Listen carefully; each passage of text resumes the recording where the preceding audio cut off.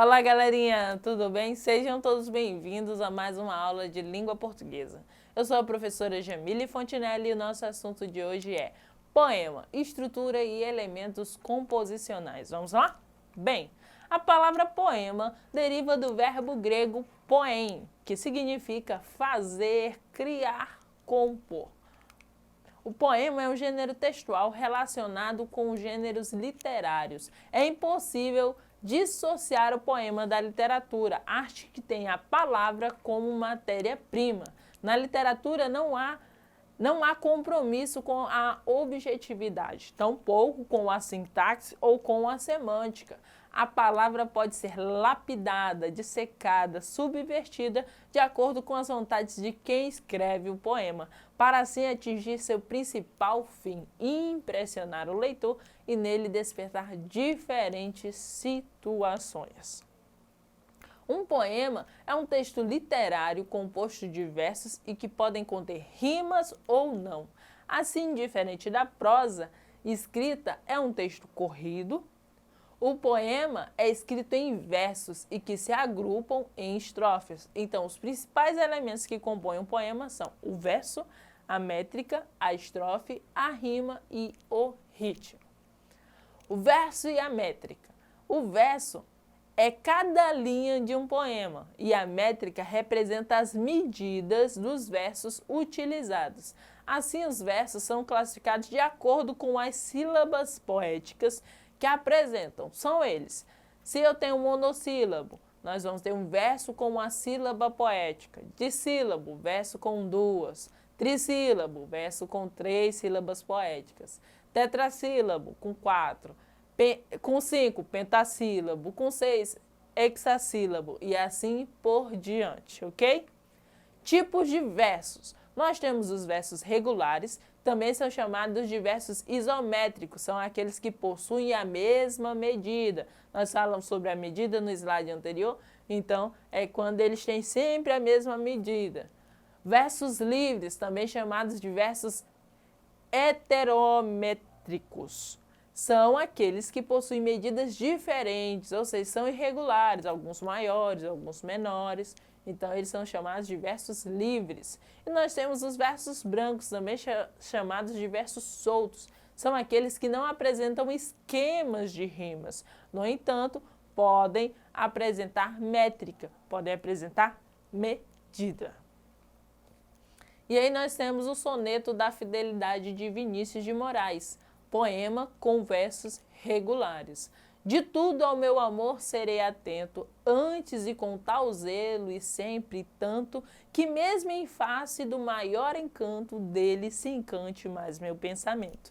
Quero vivê-lo em cada bom momento, e em louvor hei de espalhar meu canto, e rir meu sorriso e derramar meu pranto, ao seu pesar ou o seu contentamento. Então, assim, só de olharmos nós percebemos que nós temos os versos, as linhas, né? Elas têm quase a mesma quantidade de palavras, elas têm o mesmo tamanho. Então, por isso que nós dizemos que elas são versos regulares. Segundo, a estrofe. A estrofe representa o conjunto de versos que, de acordo com cada agrupamento, as estrofes são classificadas em monóstico, quando a estrofe tem apenas um verso. Dístico, quando a estrofe tem 2 versos. Terceto, quando a estrofe tem 3 versos. Quadra ou quarteto, quando a estrofe tem 4 versos. Quintilha, quando tem 5 versos. Sextilha, quando tem 6 versos. Septilha, quando tem 7 versos. Oitava, quando tem 8 versos. Nona, quando tem 9 versos. E décima, quando tem 10 versos. Então, vai depender da quantidade de versos que cada estrofe tem. E aí, os tipos de estrofes. Nós temos as estrofes simples, que é um poema composto de versos que possuem a mesma medida. Nós temos as estrofes compostas, que são poemas que agrupam versos de medidas diferentes. E temos as estrofes livres, são poemas que agrupam versos sem rigor métrico, né? Sem aquela exigência. Nós vamos ter versos mais longos, mais curtos, e não vai exigir tanto o rigor. Terceiro, importante para a nossa estrutura e composição do nosso poema, é a rima. As rimas, elas estão associadas à sonoridade dos poemas e que acontece com a aproximação sonora entre as palavras ou expressões. No entanto, há poemas que não possuem rimas e são chamados de versos brancos. Os tipos de rimas, nós temos as rimas alternadas, que são formadas entre versos pares e versos ímpares, ou seja, nós temos uma inversão aí, par, ímpar, e os versos vão trazendo essa rima. Rimas alternadas, formadas em versos pares e versos ímpares. Nós temos as rimas opostas, estão localizadas entre o primeiro e o quarto verso, entre o segundo e o terceiro verso. Nós temos as rimas emparelhadas, que estão entre o primeiro e o segundo verso e entre o terceiro e o quarto verso.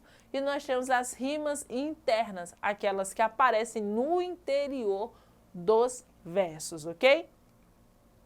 O próximo, e muito importante também, é o ritmo. Está relacionado com a sonoridade e a musicalidade presente nos poemas.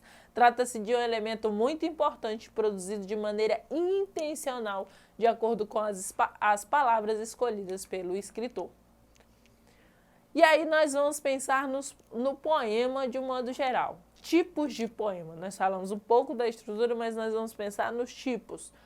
Segundo a classificação literária, os poemas são reunidos em 3 gêneros. Primeiro, poema lírico, que é de caráter sentimental, subjetivo, por exemplo, o Acá e o soneto. Nós temos os poemas épicos, que contêm a presença de heróis, por exemplo, a epopeia, a fábula. E nós temos os poemas narrativos, que são feitos para serem encenados, por exemplo, os autos e as farsas. Então, nós vamos ter esses 3 tipos de poemas, os líricos, os épicos e os narrativos, ok? E aí, vamos exercitar um pouquinho. Sobre as características do gênero textual poema, estão corretas as seguintes proposições. 1. O poema deve ser construído sob forma fixa, sempre preservando elementos como a métrica e a musicalidade dos versos. 2. O poema caracteriza-se por ser centrado de um trabalho peculiar com a linguagem. Em geral, reflete o momento e o impacto dos fatos sobre o homem. 3. O poema diferencia-se dos demais gêneros por ser escrito em versos e por possuir um ritmo mais marcado que o ritmo da prosa. 4. A poesia não é exclusividade do poema. Ela é uma atitude subjetiva que pode estar nas mais variadas manifestações artísticas. E aí nós queremos saber quais estão corretas. Todas estão corretas? O que vocês acham que todas estão corretas? B, apenas uma está correta? C, 2 e 3 e 4 estão corretas? 1 e 3 estão corretas? 1, 3 e 4 estão corretas? O que vocês acham? Vou voltar aqui para vocês pensarem um pouquinho. Enquanto vocês vão pensando, eu vou fazer uma ressalva aqui com vocês.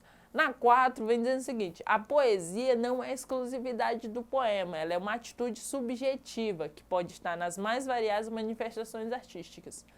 Muitas pessoas pensam que toda vez que eu falo em poesia, eu falo em poema. Não, não é bem assim. O poema, nós temos um gênero textual. A poesia, ela vai além disso, né? Como a própria questão aí diz, é uma atitude subjetiva. Então, ela vai tratar, eu posso significar, né, ver a poesia em uma arte, na música, numa pintura. Então, a poesia vai além disso, dessa padronização. É um modo de sentir, é uma atitude subjetiva. Então, já deu tempo para vocês pensarem um pouquinho. A nossa resposta correta aí é a 2, a 3 e a 4 estão corretas. Por que a 1 não está? O poema deve ser construído sob forma fixa. Foi isso que nós falamos? Não. O poema não tem uma forma fixa. Ela tem uma construção, tem as construções livres, né? Atualmente nós temos isso, essa construção livre. O poeta, ele pode fazer aquilo que bem entender para passar a sua mensagem como quiser. Então, não é algo fixo, ok? Então, é isso. Nós acabamos a nossa aula por aqui. Se você tiver mais dúvidas, acessem esse vídeo para fazer suas anotações. Acessem os demais também lá no nosso portal eduque.acre. Tá bom? Tchau, tchau e até logo.